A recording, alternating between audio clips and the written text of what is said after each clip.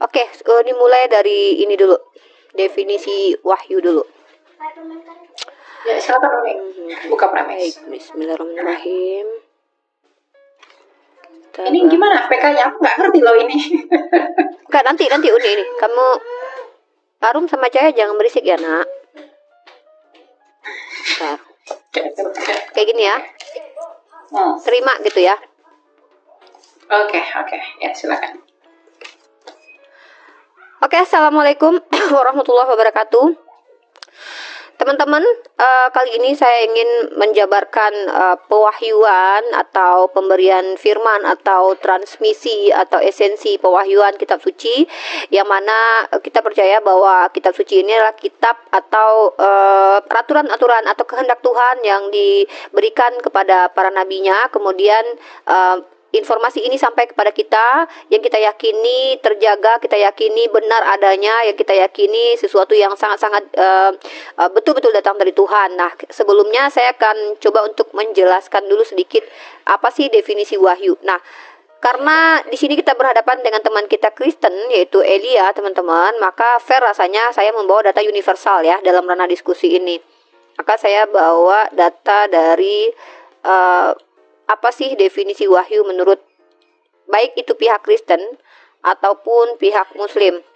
Nah, teman-teman, saya ambil rujukan, saya tidak tahu apakah Elia percaya atau tidak, atau menerima atau tidak data dari Ibu Rita Wahyu sebagai seorang pengajar Alkitab bahasa Ibrani, ya. Tapi saya coba untuk membawa data yang objektif, artinya bukan dari diri saya, dari pihak Islam saja, tapi diakui dari kekristenan juga. Nah, datanya dari Ibu Rita Wahyu. Ya, walaupun nanti saya akan masuk ke Al-Quran, saya bawa data universal dulu. Jadi kalau kita bicara tentang kata wahyu, di sini saya bacakan, teman-teman boleh di cross check di websitenya Sarapan Pagi Biblikal dengan tema wahyu secara definisi ya. Kata wahyu, maka ini saya ambil data universal, data yang objektif, bukan dari sisi subjektif kita ya.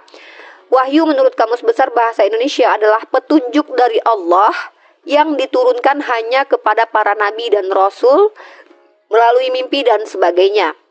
Etimologinya berasal dari kata kerja bahasa Arab waha, yang berarti memberi atau mengungkapkan atau memberi inspirasi atau mewangsitkan.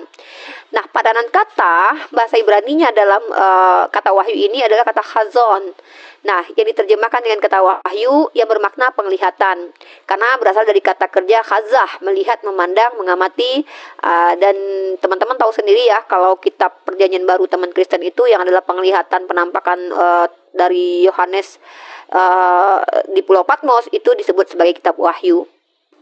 Nah, kemudian kata yang diterjemahkan dengan kata wahyu dalam Perjanjian Baru adalah kata Yunani apokalipsis. Barangkali lebih baik diterjemahkan dengan pernyataan penyingkapan. Nah, artinya kalau kita bicara secara terminologi, maka wahyu sendiri adalah komunikasi antara Sang Pencipta, Rabbul Alamin dalam istilah bahasa Arab, atau pemilik alam ini dalam bahasa universalnya, yaitu kita sebut sebagai Tuhan, atau kalau orang Kristen menyebutnya dengan Allah, atau dalam bahasa Arabnya sebenarnya adalah ilah atau Elohim atau Rabbul Alamin ini, maka komunikasi itulah yang disebut dengan wahyu. Bagaimana komunikasinya? Nanti kita akan bahas seperti apa metode komunikasinya berdasarkan jejak-jejak rekam dari agama Abrahamik. Maka kita akan coba untuk membahasnya. Nah, pada kali ini tentu saya akan lebih fokus dulu untuk menunjukkan dalam khazanah Islam dulu. Maka saya akan merujuk langsung permintaan Elia terkait Nabi Ibrahim alaihi salam. Nah, dalam surah Al-Baqarah ayat keempat, dan mereka yang beriman kepada kitab Al-Quran yang telah diturunkan kepadamu dan kitab-kitab yang telah diturunkan sebelummu, serta mereka yakin akan adanya kehidupan akhirat. Artinya di sini Allah menegaskan bahwasanya sebelum Al-Quran itu hadir ke dunia, Allah telah dahulu memberikan wahyu kepada nabi-nabi sebelumnya. Dan di dalam literatur Islam kita percaya bahwa salah satunya nabi yang kita percayai adalah Nabi Ibrahim alaihissalam. Nah, kalau kita rujuk ke dalam surah Al-A'la ayat ke-18, sesungguhnya ini terdapat dalam kitab-kitab yang dahulu, yaitu kitab-kitab Ibrahim wa Musa. Mungkin teman-teman kalau baca surah Al-A'la terakhir itu, dalam itu dikatakan suhuf. Kalau dalam makna suhuf ini adalah lembaran, teman-teman. Suhuf yang berupa lembaran ini bukan bermaksud seperti yang hanya lembaran-lembaran kertas. Karena sebelum kertas itu ada, kata suhuf sudah ada. ya. Jadi kita berbicara tentang suhuf yang maksudnya adalah lembaran keputusan-keputusan Tuhan, kehendak-kehendak Tuhan. Nah, itu adalah suhuf. Nah, jadi Nabi Ibrahim itu dan Nabi Musa memiliki suhuf, lembaran-lembaran aturan-aturan atau ketentuan-ketentuan dari Allah. Itu kepercayaan umat Islam. Makanya kita mempercayai bahwa Nabi Ibrahim alaihissalam, Nabi Daud alaihissalam, Nabi Musa alaihissalam, dan Nabi Isa alaihissalam adalah orang-orang yang dipilih Tuhan untuk menyampaikan firman Tuhan, untuk mengajarkan umat dan kaumnya apa yang Tuhan kehendaki. Bagaimana metodenya? Metode pewahyuan sendiri ulama telah mendefinisikannya. Ya, oke. Terima kasih. Waktu saya sudah habis dan saya akan serahkan kepada Elia untuk menjelaskan. Ini gimana? Nanti kita akan merah sendiri, terus nanti kita ulang match. Nanti Elia gunakan waktu. Nah, habis kan? Habis itu Elia. Ini kita apa ini tanding ulang gitu? Tanding ulang. Oke.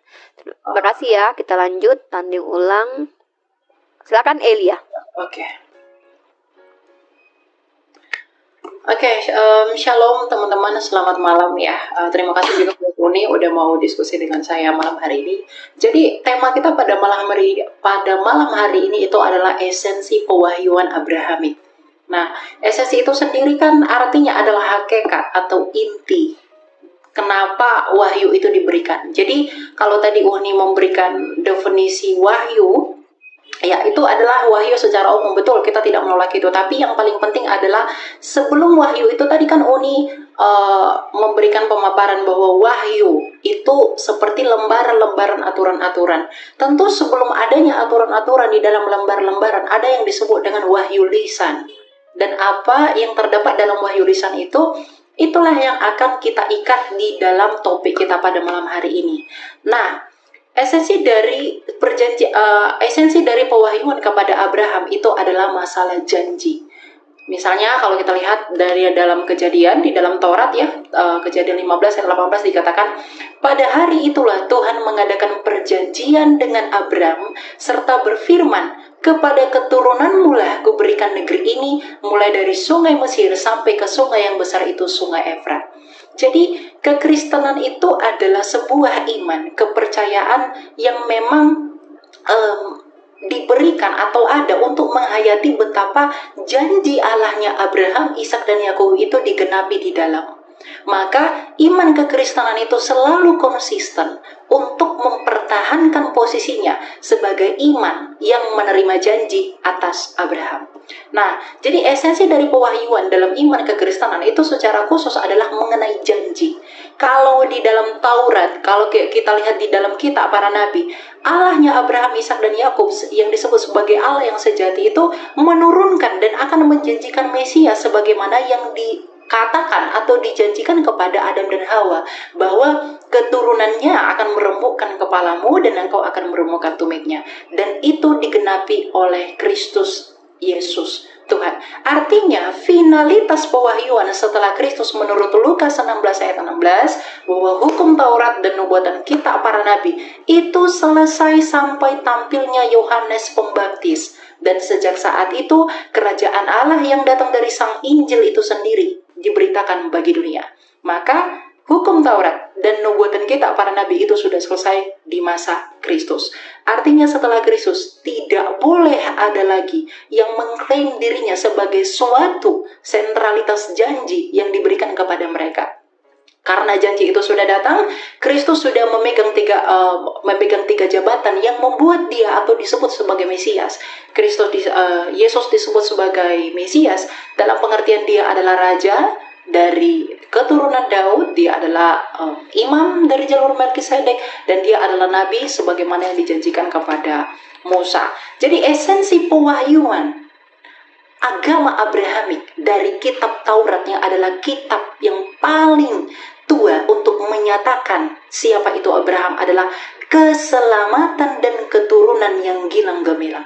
Makanya Kristus mengatakan dalam Wahyu 22 ayat 16 bahwa akulah Kristus, aku Yesus, anak Daud, tunas Daud, bintang timur yang gilang gemilang. Maka janji Bapa, janji Allah surgawi di perjanjian lama itu selesai di dalam Kristus Yesus yang adalah tunas Daud. Kalau kita lihat di dalam Matius, Yesus menyebut dirinya sebagai apa? Silsilah Kristus, anak Abraham, anak Daud, dan anak Adam. Jadi setelah Kristus, pewahyuan itu sudah selesai.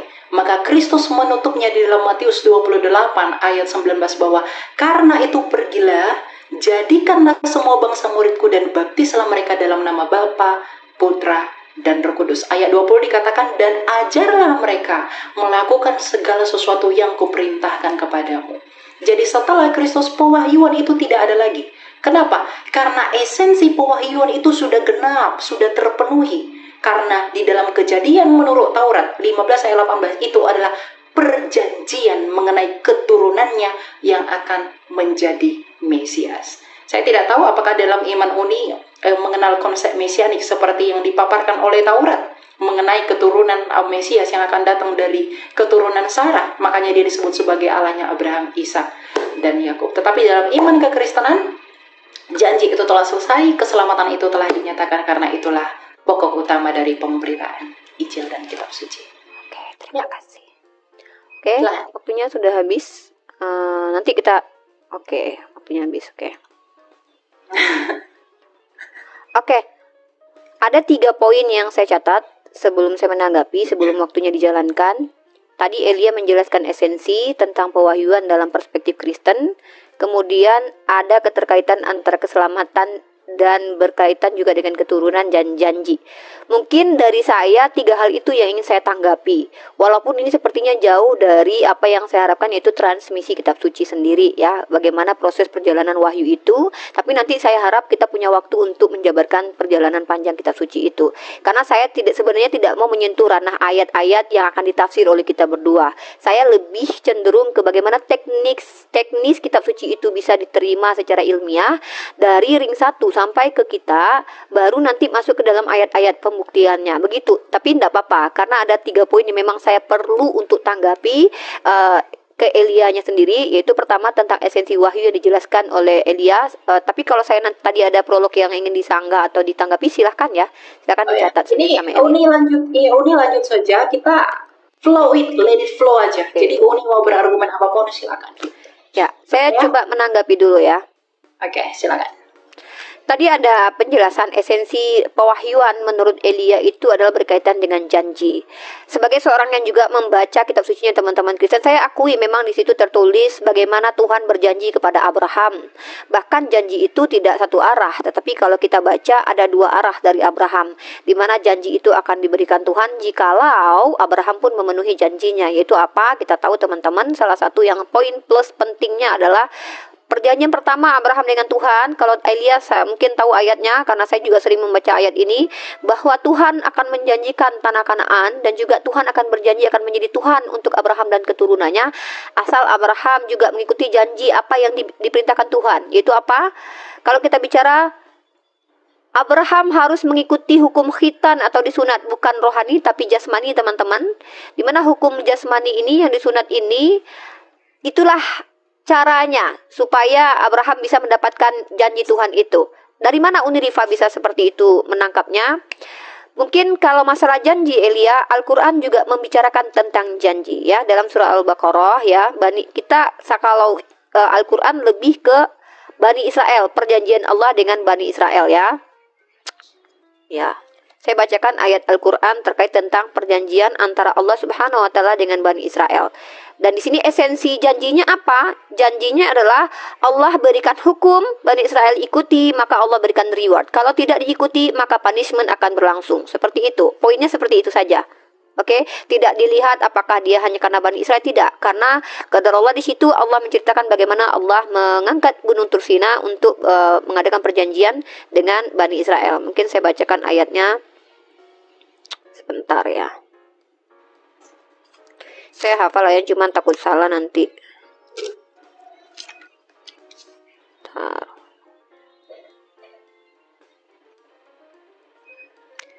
Sabar ya, nih. Sebelumnya saya bacakan dulu surah Al-Baqarah yang sangat jelas membicarakan tentang Bani Israel. A'udzubillahi minasyaitonirrajim. Bismillahirrahmanirrahim. Ya Bani Israil, azkuru ni'mati allati an'amtu 'alaikum wa aufu bi ahdi ufi bi ahdikum wa iyaya farhabun. Sini Allah tegaskan kepada Bani Israel, diingatkan kepada kita. Pernah Allah berfirman kepada Bani Israel, wahai Bani Israel, ingatlah nikmatku yang telah aku berikan kepadamu dan penuhilah janjimu kepadaku. Niscaya aku penuhi janjiku kepadamu. Ini saya kunci di sini. Artinya secara esensial janji yang adalah wahyu Tuhan kepada umat pilihannya melalui perantaraan nabinya. Kita di sini bicara tentang Abraham yang adalah nenek moyang Bani Israel. Maka di sini Tuhannya umat Islam juga menegaskan bahwa Bani Israel ini diberikan janji, tetapi dengan catatan mereka juga harus penuhi janjinya kepada Allah. Nah, ternyata saudaraku Elia Unirifa yang juga mengkaji Bible juga membaca nas yang sama juga dapat ditemukan dalam kitab sucinya saudara Elia. Kalau kita lihat teman-teman ya, saya sedikit bicara tentang janji ini. Allahu Akbar. Handphone saya jatuh sebentar. Ya, coba dibuka di 1 Raja-Raja pasal kedua nomor 3 sampai 4 Elia. Kalau kita bicara tentang janji Tuhan ya. Mungkin saya bacakan saja teman-teman ya. Lakukanlah kewajibanmu dengan setia terhadap Tuhan Allahmu dengan hidup menurut jalan yang ditunjukkannya dan dengan tetap mengikuti segala ketetapan, perintah, peraturan dan ketentuannya seperti yang ditulis dalam hukum Musa. Ini merujuk pada kitab Torah pastinya. Supaya engkau beruntung dalam segala yang kau lakukan dan dalam segala yang kau tuju. Dan supaya Tuhan menepati janji yang diucapkannya tentang aku. Yakni jika anak-anakmu laki-laki tetap hidup di hadapanku dengan setia, dengan segenap hati dan dengan segenap jiwa, maka keturunanmu takkan terputus dari tahta kerajaan Israel. Artinya janji ini Tuhan buat dua arah. Baik iman Kristiani Yahudi, begitu juga dengan iman Islam menyepakati seperti itu sesuai dengan nas atau dalil yang tertulis. Kecuali nanti Elia punya interpretasi terkait tentang 1 Raja-Raja pasal kedua ayat 3 sampai 4 ini. Mungkin Elia akan menjelaskan konteksnya nanti, silakan ditanggapi. Kemudian saya lanjutkan. Lalu dalam Al-Quran ketika Allah katakan, apakah orang-orang yang diberikan janji Tuhan itu karena dia adalah keturunan Abraham atau Israel? No. Karena Allah Subhanahu wa Ta'ala itu memberkati orang yang benar bukan karena keturunannya Bani Israel. Memberkati seseorang bukan karena dia keturunan atau nasab. Karena kalau memang seperti itu, konsekuensi logiknya ini Tuhan rasis. Naudzubillah ya, saya tidak percaya ada Tuhan yang rasis. Karena kita semua adalah ciptaan Tuhan. Bahkan Kristen sendiri percaya bukti bahwa Tuhan itu tidak rasis. Mereka yang bukan Bani Israel akhirnya ditebus dari hukum Torah yang mereka tidak pernah pegang. Itu narasi saya. Maka sesungguhnya dalam konteks Alkitabnya teman-teman Kristen dan juga Al-Quran, ternyata janji dua arah itu harus juga dipenuhi oleh Bani Israel.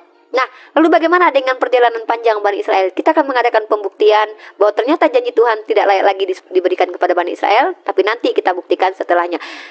Satu poin saja yang bisa saya tanggapi dari Elia karena terlalu singkat waktu saya tentang janji Tuhan. Mungkin Elia mau menanggapi saya, boleh, atau lebih mengelaborasi tentang janji itu. Silakan.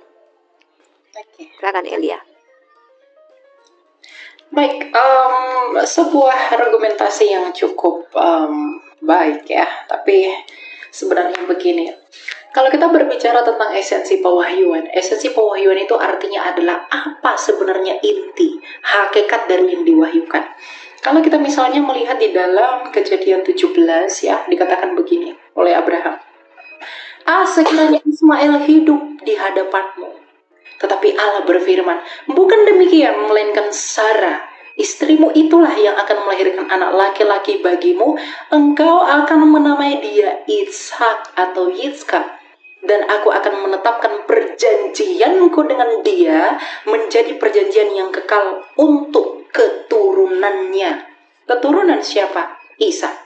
Jadi yang berhak mewarisi janji itu hanyalah keturunan Ishak. Keturunan Ishak saja. Makanya Allah itu menyebut dirinya Allahnya Abraham, Ishak, dan Yakub. Tadi kalau kemudian Uni membawa kepada pengertian di dalam Raja-Raja, 1 Raja-Raja, itu 1 Raja-Raja itu mengatur moral. Tidak ada kaitannya dengan yang terdahulu. Yang terdahulu adalah janji yang akan diberikan bahwa ini perjanjian yang kekal aku berikan kepadamu, bahwa keturunanmu akan kuberkati. Dan Mesias akan turun daripada dia. Keturunan siapa? Ishak saja. Tidak ada keturunan yang lain. Oleh karena itu, Allah memberikan tanda dari perjanjian itu, yaitu sunat. Maka sunat itu adalah tanda simbol bahwa janji itu diberikan kepada Abraham. Jadi kalau tadi menggunakan raja-raja untuk mengkonfirmasi bahwa janji ini juga diberikan kepada yang lain, itu tidak. Karena keselamatan itu hanya diberikan bagi bangsa Israel yang kemudian ketika itu digenapi, Kristus menyebarkan itu ke seluruh dunia dengan mandat dan amanat agung Matius 28 ayat 19. Jadi saya pikir tidak relevan kalau kita menggunakan satu raja-raja untuk seakan-akan memberikan peluang bagi kita bahwa kita pun di luar dari keturunan Ishak pun akan mewarisi janji itu. Ya.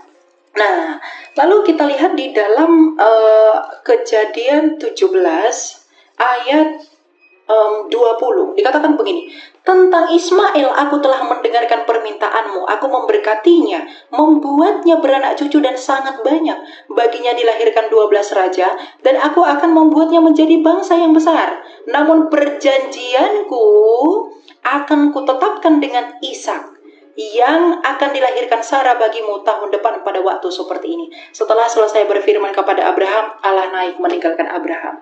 Jadi fokusnya begini, Uni yang mau saya sampaikan, bahwa janji itu adalah berbicara tentang pemilihan yang ilahi. Dia memilih siapa? Dia memilih Ishak sebagai keturunan dari Sarah. Dan di dalam dialah dia berikan tanda perjanjian itu, yaitu sunat, untuk mendatangkan keselamatan bagi yang lain. Pertanyaan saya, kepercayaan lain di luar daripada yang mengacu kepada Kristus, yang mengaku dari Abrahamik, apakah mereka bagian dari keturunan Ishak? Itu yang pertama. Kemudian yang kedua, kalau Uni tadi mengatakan bahwa di dalam keimanan kami juga mewakili janji ini. Lalu janji itu diwarisi dari mana kalau bukan dari Taurat? Sedangkan sumber kita yang paling utama dan terutama adalah Taurat, yang adalah naskah tertua. Sebagaimana yang Uni maksudkan, bahwa itu adalah bagian dari lembaran-lembaran aturan, betul. Karena dalam prinsip dan penghayatan iman keyahudian, Taurat itu mengatur banyak hal. Itu mengacu kepada misfot yang mereka harus turuti agar mereka sempurna di sana. Tapi esensi dari hukum itu sudah selesai ketika janji itu sudah datang. Ketika janji itu sudah digenapi oleh Allah di dalam Kristus Yesus Tuhan. Makanya dikatakan di dalam Kolose 1 ayat 15 bahwa Kristus itulah gambaran Allah yang tidak kelihatan, yang menyatakan diri Bapaknya. Maka ketika dia mati di kayu salib, dia berkata apa? Tetelestai, sudah selesai. Maka ketika Kristus mengatakan itu, janji kepada Abraham itu sudah selesai. Karena Allah dengan Abraham pun mengikat perjanjiannya itu di atas korban darah. Maka ketika Kristus mati, dia telah mengucurkan darahnya, dia berkata sudah selesai. Tidak ada lagi setelah itu yang mengaku dari Abraham untuk menggenapi, menyempurnakan, menambahi, atau mungkin mengaku dari Allah untuk seakan-akan memberi kesan bahwa janji kepada Abraham belum selesai. Itulah Kristus, Tuhan dan Mesias. Oke, terima kasih. Kita tunggu. Berarti saya fokus ke menguji atau mengkritisi argumen Elia terkait tentang janji Tuhan ya. Bentar. Ya, sebentar teman-teman ya. Oke. Baik, teman-teman, ada beberapa poin yang sangat-sangat blunder sekali, mohon maaf. Elia mengatakan bahwa sunat itu hanya kepada keturunan Ishak. Klaim seperti itu memang tertulis, makanya ini menjadi rancu. Kemudian kenapa Tuhan, ingat Elia, baca Kejadian 17 tentang sunat ini.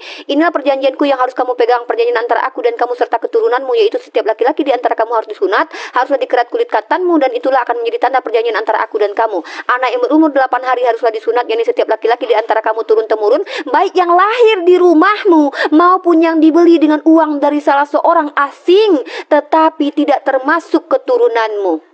Perjanjian sunat itu bukan hanya untuk keturunan Abraham, bahkan orang yang bukan keturunan Abraham pun juga bersunat. Orang yang lahir di rumahmu dan orang yang engkau beli dengan uang harus disunat.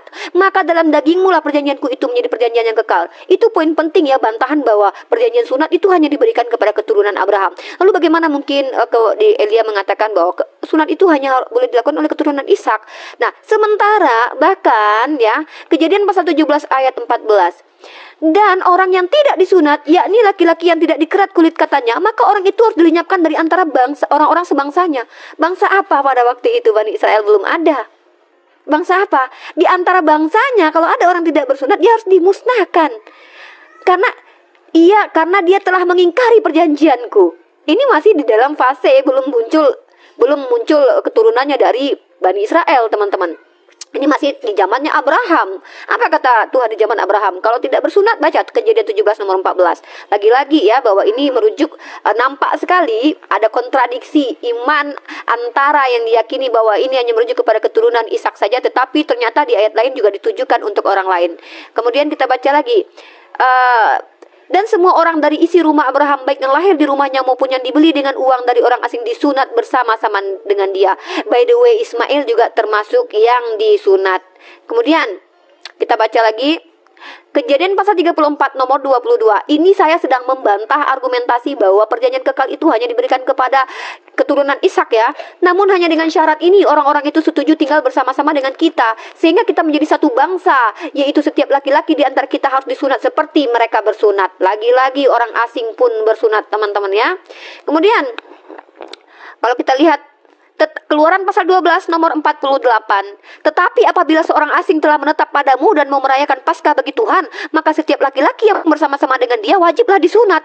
Barulah ia boleh mendekat untuk merayakannya. Ia akan dianggap sebagai orang asli, tetapi tidak seorang pun yang tidak bersunat boleh memakannya.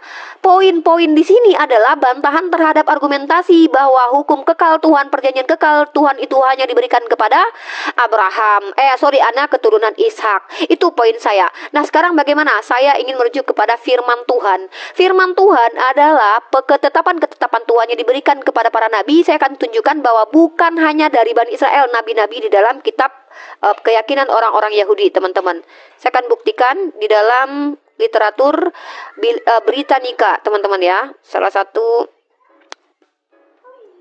Nah, teman-teman kalau dilihat, ini Britannica, Bileam nabi non-Israel yang dijelaskan dalam kitab Bilangan pasal 22 nomor 24 ya, nabi non-Israel ya, sebagai seorang peramal yang didesak oleh Balak raja Moab untuk mengutuk Bani Israel yang berkemah secara mengerikan di dataran Moab. Bileam menyatakan bahwa dia hanya akan mengucapkan apa yang diilhami oleh Tuhan Yahweh ya. Bileam adalah non-Israel yang diberikan Tuhan firman juga. Ya, itu dua poin ya. Satu tentang janji kekal Tuhan, yang kedua, nah, saya membawa kitab Raja-Raja untuk membuktikan bahwa Tuhan itu selalu janjinya dua arah. Kalau kalian tidak ikuti perjanjian Tuhan, maka Tuhan tidak akan memberikan janjinya. Menariknya adalah ketika Bani Israel, kalau kita lihat catatan-catatan Bani Israel adalah orang yang tegar tengkuk, digelari sebagai ular beludak oleh Yesus. Bahkan mereka adalah nenek moyangnya pembunuh para nabi. Tetapi kenapa Tuhan masih memberikan kerajaan itu terhadap Bani Israel? Pertanyaan saya. Padahal Tuhan mengatakan tentang moralitas. Oke lah, moralitas ini berkaitan dengan ajaran Tuhan yang di dalam kitab Torah. Kalau mereka hidup sesuai dengan aturan Tuhan dalam kitab Torah, maka kerajaan tidak putus dari Israel. Kenapa Yesus menjadi raja kemudian, sementara Bani Israel sudah banyak melakukan kedurhakaan terhadap Tuhan? Itu pun diakui oleh kitab sucinya, teman-teman Kristen. Contohnya Yesus sendiri mengatakan, bukankah nenek moyang kalian adalah orang-orang yang telah membunuh para nabi? Apakah Tuhan tetap akan memberikan janji kepada Bani Israel? Nah, yang menarik di sini kontradiksinya adalah Elia mengatakan bahwa Torah itu diberikan kepada keturunan Abraham. Lalu kenapa kalian yang bukan Bani Israel ditebus dari hukum Torah yang adalah kutukan? Kalian bukan orang pemegang Torah. Torah inilah kata Paulus dalam kitab Roma pasal ketiga, menjadi asbab orang segala sesuatu dikurung dalam dosa. Lalu kenapa kalian berhak ditebus dari kutukan hukum Torah? Itu juga pertanyaan bagi saya. Ya, silakan Elia.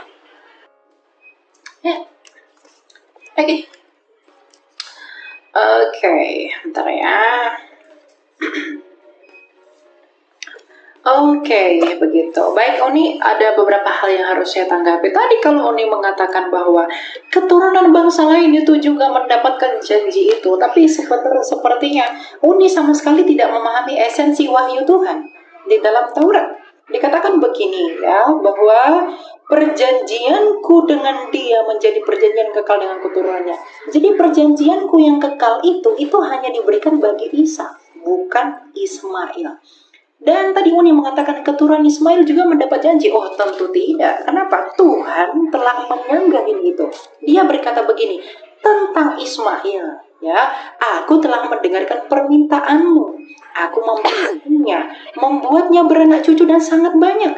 Baginya dilahirkan 12 raja, dan aku akan membuatnya menjadi bangsa yang besar. Namun, Tuhan sendiri yang ngomong, perjanjianku akan kutetapkan dengan Ishak. Ibu lagi debat, Nak. Menggunakan Ibu ayat-ayat lagi debat, tolong. Ibu lagi debat. janji ini Adik jangan berisik. diberikan kepada bangsa-bangsa lain. Janji ini diberikan juga kepada keturunan yang lain. Tuhan sendiri atau yang disebut sebagai Bapa atau Allah Tritunggal itu telah memberikan pernyataan yang begitu terang bahwa Dia menepis tidak ada harapan janji dari Ismail. Janji itu hanya dari Ishak.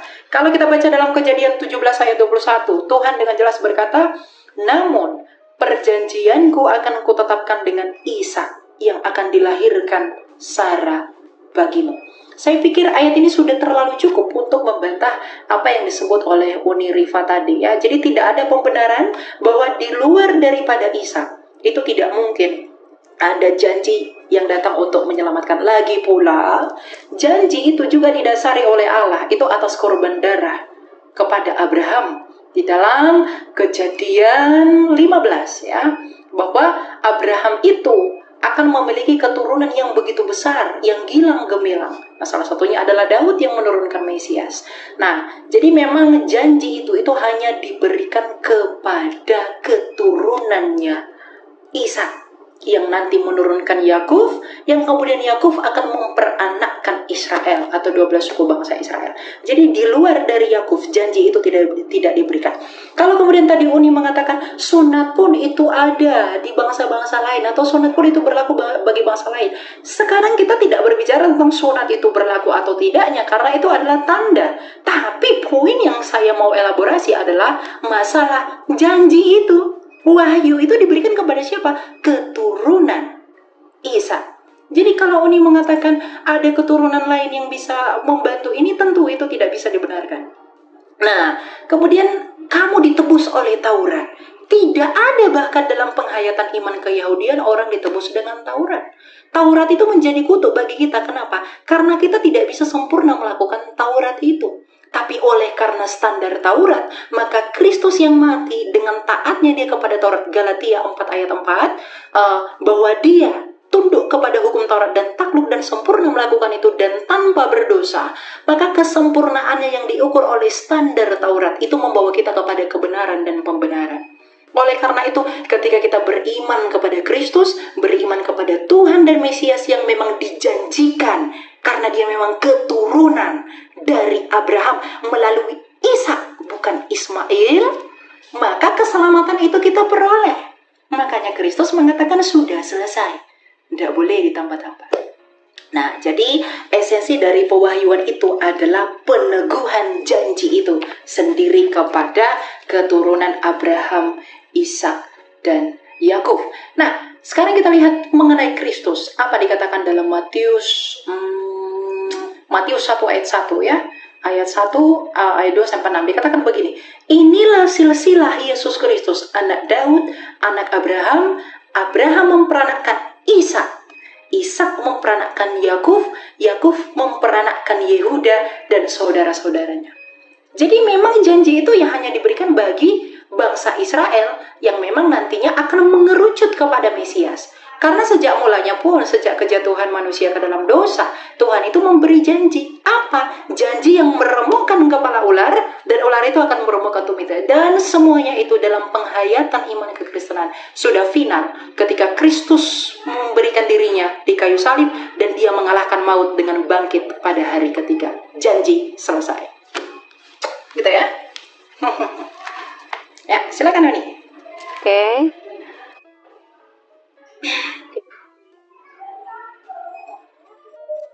Oke, teman-teman. Bentar ya. Waktunya belum. Ya. Bentar. Waktunya oke, ini dia. Di aja. Nanti oke. Oke, teman-teman. Silakan Noni. Saya ingin Elia menjelaskan ke saya Kejadian pasal 17:7, mula-mula janji Tuhan Abraham itu ada kaitannya dengan keselamatan. Tolong dijelaskan di ayat itu. Ya, karena di sini perjanjian Tuhan adalah aku akan mengadakan perjanjian antara aku dan engkau serta keturunanmu turun-temurun menjadi perjanjian yang kekal supaya aku menjadi Allahmu dan Allah keturunanmu. Kalau Elia berpegang teguh di sini, maka jangankan kami umat Islam, kami lebih aman karena bagaimanapun juga Nabi Muhammad SAW itu keturunan dari Nabi Ismail alaihissalam, masih juga dianggap keturunan Abraham walaupun tidak diakui oleh iman Kristiani. Masalahnya adalah apa kaitannya dengan Kristen? Karena kita bicara tentang keturunan di sini, apa kaitannya dengan Kristen? Kalau kita bicara tentang janjinya hanya untuk keturunan Ishak, apa kaitannya dengan Kristen kemudian? Nah, yang kita bahas di sini adalah perjanjian kekal ini adalah perjanjian hukum dua arah antara Tuhan. Iya, saya sepakati perjanjian kalau mereka keturunan Bani Israel itu akan diberikan tanah Kanaan, betul. Baca perjanjiannya. Jadi tolong ayat dijelaskan secara kontekstual. Penjelasannya bahwa penjelasan ini adalah maksudnya merujuk kepada keturunan dari Yesus nanti yang akan menjadi. Ini apa kaitannya dengan ayat Kejadian ini? Kita baca lagi kitab Kejadian ini teman-teman ya. Saya lebih menelaah ini doh. Kepadamu dan kepada keturunanmu akan kuberikan negeri ini yang kau diami sebagai orang asing, yakni seluruh tanah Kanaan akan kuberikan menjadi milikmu untuk selama-lamanya dan aku akan menjadi Allah mereka. Di sini jelas bahwa janjinya adalah memberikan tanah Kanaan. Apa korelasi dengan keselamatan Elia? Ya, ayat ini dulu. Jelaskan Kejadian 17 dulu. Sementara syariat yang harus dipenuhi oleh keturunan Abraham dan bukan keturunan Abraham adalah di Khitan. Ismail itu di Khitan. Ismail tidak perlu perjanjian dengan Tuhan. Kenapa? Karena Tuhan sudah merahmati dan memberkati dia. Bahkan Elia sendiri sudah mengakui itu. Kenapa ada perjanjian antar Ishak? Raja-raja sudah saya bawakan. Kitab Raja-Raja mengatakan perjanjian itu dibuat oleh Tuhan karena Bani Israel ini tegar tengkuk. Contoh, Nabi itu diutus untuk kaum-kaum yang tidak mengerti Tuhan dulu, seperti Bani Israel yang sering tegar tengkuk, maka diutuslah nabi-nabi setelahnya. Mari kita bahas tentang itu. Saya akan tunjukkan dalam beberapa literasi ya teman-teman ya. Nah, kemudian ya kita lihat, kita masuk ke dalam konteks Islam. Dalam surah Al-Baqarah ayat ke-85. Kemudian kamu Bani Israel membunuh dirimu sesamamu dan mengusir segolongan dari kamu dari kampung halamanmu. Kamu saling membantu menghadapi mereka dalam kejahatan dan permusuhan. Dan jika mereka datang kepadamu sebagai tawanan, kamu tebus mereka padahal kamu dilarang mengusir mereka. Dan poinnya di sini adalah menunjukkan bagaimana sikapnya Bani Israel yang memang layak untuk diberikan nabi terus. Kenapa? Karena mereka adalah orang yang tegar tengkuk. Apa kata Musa? Selagi aku hidup saja kalian sudah berlaku tegar tengkuk, apalagi setelah aku mati. Wajar orang-orang fasik seperti ini diutus nabi sebagai bentuk kasih Tuhan. Nah, ternyata Tuhan tidak rasis, guys. Tuhannya Bani Israel dalam Bamidbar Rabah, ya kayak saya tunjukkan datanya, menurut pemahaman orang-orang Yahudi juga mengutus nabi untuk bangsa lain. Ntar Bamidbar Rabah 20 ayat 1 teman-teman ya, saya tunjukkan bahwa Tuhan Bani Israel ini bukan Tuhan yang rasis, hanya memberikan keselamatan kepada Bani Israel saja. Mari kita lihat Bamidbar Rabah chapter 20 nomor 1 teman-teman, bahasa Inggrisnya teman-teman ya. Nih. And Balak son of Zippor saw the Torah says dalam Deuteronomy 32, the rock perfect his work for all of his ways are justice. Hasem did not given the non-Jews an opening to say in the future, you have distanced us. What did Hasem do?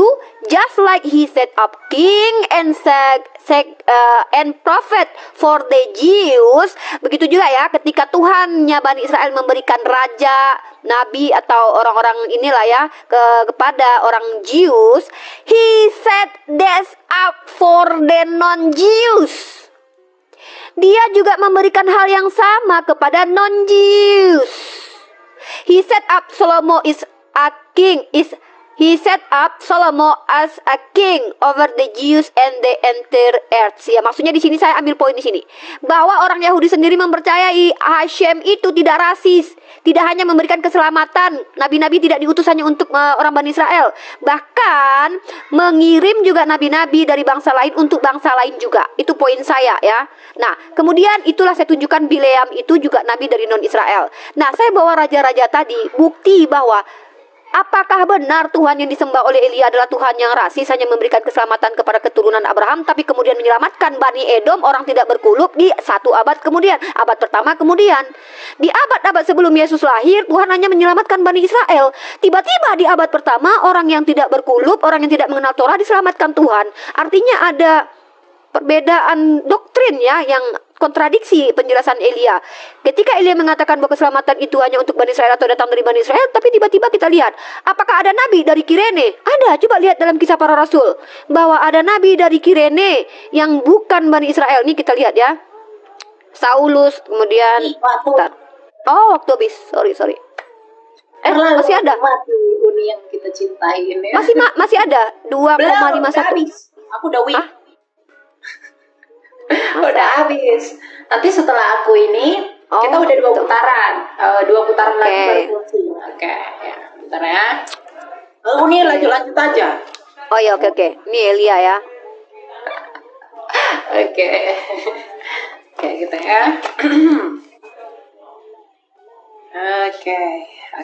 Nah, ya kita tanggapi dengan baik ya. Yang pertama tadi Uni mengatakan bahwa keturunan Ismail juga mendapat janji dari Kejadian 17 ayat 7. Kita baca ya. Aku akan menetapkan perjanjian antara aku dan engkau serta keturunanmu. Turun-temurun menjadi perjanjian yang kekal supaya aku menjadi Allahmu dan Allah keturunanmu. Betul, menjadi Allah keturunanmu, tapi janji itu melalui keturunan yang mana? Yaitu dijawab di dalam Kejadian 17 ayat 21. Perjanjianku dengan Ishak bukan dengan Ismail. Ya, itu sudah jelas dijawab oleh Tuhan. Jadi mau ini dimaknai keturunan siapa lagi, itu sudah Tuhan sendiri yang menjawab di dalam Torah, di dalam Kejadian 17 ayat 21. Tapi mengenai Ismail, dia memberkati, betul, dia memberkati Ismail, tetapi dia tidak memberikan janji itu kepada Ismail. Dia mengikat perjanjiannya dengan Ishak. Jadi kalau Uni mengatakan Ismail juga mendapat bagian, tentu Tuhan sendiri yang membantah itu dengan pengandaiannya. Kemudian yang kedua, Uni mengatakan bahwa karena bangsa Israel ini tegar tengkuk, kemudian ini yang membuat seolah-olah ada peluang bahwa janji itu diberikan kepada bangsa lain. Kita coba lihat di dalam Hosea. Di dalam Hosea dikatakan begini, keluarga Hosea gambaran Israel yang tidak setia. Rusaknya keluarga Hosea itu tidak membuat Allah mengutus nabi lain daripada Hosea. Bahkan di dalam Hosea 1 sendiri pada konteksnya sama, Allahnya Abraham, Ishak dan Yakub itu mengatakan di dalam Hosea 1 ayat 10 dengan perikop janji tentang keselamatan. Tetapi kelak jumlah orang Israel akan seperti pasir laut yang tidak dapat ditakar dan tidak dapat dihitung. Di tempat mana dikatakan kepada mereka, kamu bukanlah umatku, di situ akan dikatakan kepada mereka, anak dari Allah yang hidup. Orang Yehuda dan orang Israel akan berkumpul bersama dan mengangkat satu pemimpin bagi mereka. Mereka akan menduduki negeri ini. Sungguh betapa besar bagi Israel. Jadi meskipun Hosea memberontak, Tuhan tidak menyediakan nabi lain. Malah dia memberikan janji keselamatan bagi bangsa itu dengan pengharapan apa? Pertobatan. Jadi kalau Uni mengatakan karena orang Israel itu begitu tegar tengkuk, kemudian seolah-olah memberi peluang adanya nabi di luar bangsa Israel yang harus diutus untuk memperbaiki itu tidak pernah relevan di dalam kitab suci. Bahkan di dalam Hosea, rusaknya moral bangsa Israel di zaman Hosea, itu Tuhan tidak mengutus nabi lain. Dia tetap mempertahankan itu, malah memberi janji keselamatan yang menjadi tanda bahwa Allahnya Abraham, Ishak dan Yakub itu setia. Ini sekaligus membantah argumentasi Unirifa yang mengatakan seakan-akan Tuhannya Israel itu rasis. Padahal di dalam apa tadi dikatakan itu Batmit Baraba, Tuhan itu menyelamatkan bangsa-bangsa lain. Pertanyaan saya, kalau memang Uni konsisten bahwa di Batmit Baraba itu orang diselamatkan, apakah orang yang tidak berlaku Taurat juga akan diselamatkan? Kalau Uni pergi ke bangsa Israel sekarang, apakah mereka menerapkan 613 Taurat kepada orang non-Israel? Mereka hanya menerapkan 7 hukum Nuh. Lalu di mana letak keselamatan di luar bangsa Israel kalau Uni menggunakan Batmi Baraba tadi? Padahal Taurat yang menjadi dasar penyelamatan mereka tidak diberikan kepada mereka. Menurut Mazmur 147 ayat 19 sampai 20. Itu yang kontradiksi. Bagaimana mungkin orang diselamatkan di luar Taurat dalam keimanan Yahudi? Artinya, bukan Batmit Baraba itu yang salah, tapi Uni yang menafsirkannya terburu-buru. Bahkan tadi Uni sempat menyatakan bahwa ini menjadi indikasi bahwa ada nabi yang harus diberikan kepada bangsa Israel. Rusaknya moralitas bangsa Israel tidak membuat Tuhan mengutus nabi di luar dari bangsa mereka. Bahkan Tuhan sendiri itu memberikan janji tentang keselamatan kepada Yehuda. Israel sendiri yang rusak tidak dari luar, tetap dari dalam. Itulah konsistensi Allahnya Abraham, Ishak, dan Yakub. Jadi meskipun tadi Yuni membawakan sumber tulisan-tulisan Rabi Yahudi dalam Batbi Baraba tadi, itu tidak memungkinkan orang diselamatkan di luar bangsa Israel. Kenapa? Penyelamatan mereka itu didasarkan pada Torah, pengampunan dosa oleh pemercikan darah di atas Bet Hamikdas yang ada di dalam Tauratnya mereka. Lalu bagaimana mungkin mereka bisa diampuni? Sedangkan hukum Taurat itu tidak dijatahkan pada mereka. Karena Tuhan tidak berlaku begitu bagi bangsa lain. Jadi semua argumentasi itu saya kira tidak relevan. Tapi apa yang mau disampaikan tadi itu semakin menunjukkan dan mengukuhkan bahwa memang janji itu diberikan kepada Ishak dan Yakub. Dan itu digenapi dalam Kristus. Oke, terima kasih. Oke. Ya. Oke. Bentar. Tunggu sabar teman-teman.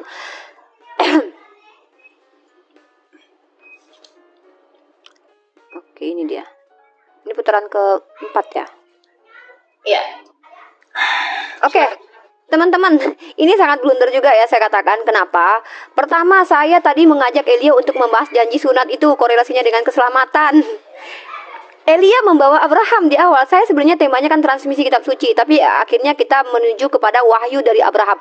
Abraham di situ dinyatakan bahwa janji itu adalah janji tentang sunat, di mana janji dua arah. Bahkan kalau tidak dilakukan akan dimusnahkan dari bangsa-bangsa. Ternyata poin penting saya adalah bantahan terhadap Elia bahwa janji itu ditunaikan bukan hanya untuk keturunan Abraham, karena orang yang dibeli Abraham pun ikut, including di dalam itu. Itu poin saya yang tidak ditanggapi oleh Elia. Dan di mana di situ korelasinya dengan keselamatan yang Yesus akhirnya menjadi seorang penyelamat bagi Elia dan orang-orang Kristen lainnya. Itu yang menjadi pertanyaan bagi saya. Nah, kalau kita lihat apakah tidak ada nabi di Bani Israel? Justru dalam kitab Perjanjian Baru ada nabi di luar Bani Israel itu. Di dalam kisah para rasul pasal ke-30 ya, ayat pertama, pada waktu itu dalam jemaat di Antioquia ada beberapa nabi dan pengajar, yaitu Barnabas, Simeon, disebut Niger, dan Lukius orang Kirene. Nah, dan Manahem diasuh bersama dengan raja wilayah Herodes. Nah, di sini ada nabi. Setelah Yesus lahir pun ada nabi, masih ada nabi, teman-teman.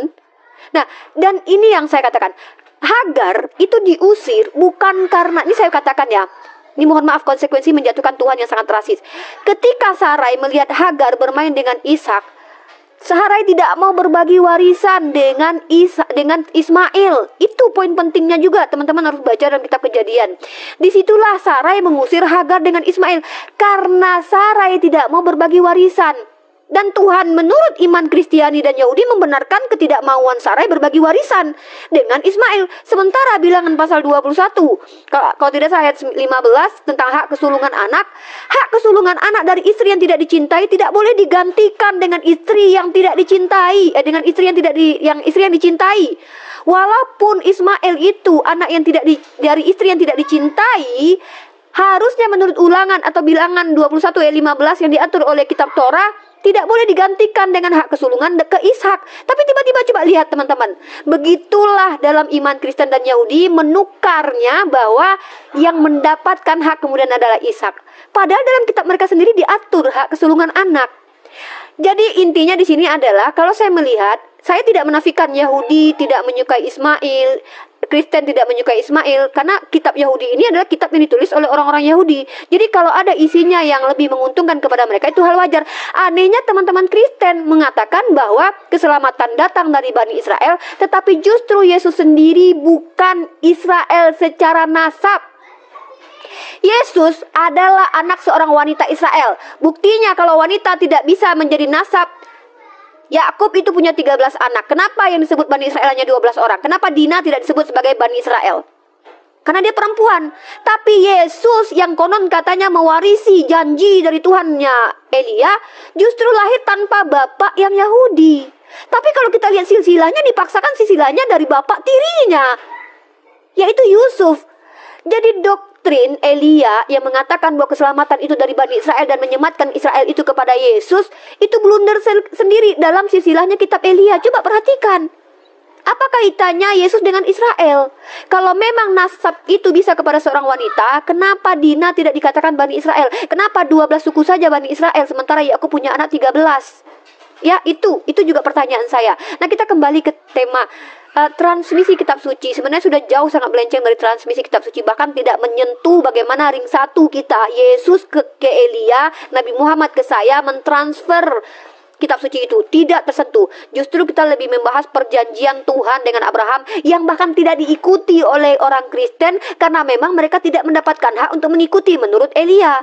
Padahal di dalam iman Kristen, di dalam iman Yahudi saya sudah tunjukkan sebagai bentuk keadilan Hashem, Hashem juga menyelamatkan bangsa lain, bahkan mengutus nabi dari non-Israel seperti Bileam. Saya sudah kasih contoh. Bileam nabi non-Israel. Bangsa lain juga diutus menurut tradisi orang-orang Yahudi. Kalau Elia sebagai Kristen menolak itu, ya kan itu doktrin asumsi teologinya Kristen. Nggak mungkin juga mereka sepakati semua yang dipahami oleh orang Yahudi. Masalahnya saya membawa literatur teman-teman ya, bahwa ketika Tuhan hanya menyelamatkan Bani Israel, ini konsekuensinya Tuhan itu rasis. Makanya di dalam Bamidbar 20 nomor 1 tadi, sebagai bentuk keadilan Hashem, Hashem juga mengutus nabi untuk non-Yahudi. Itu menurut mereka, Yahudi mengakui seperti itu. Nah, begitu juga dengan nabi yang dari Kirene ini, juga ada di dalam kitabnya Perjanjian Baru sendiri, Kisah Para Rasul.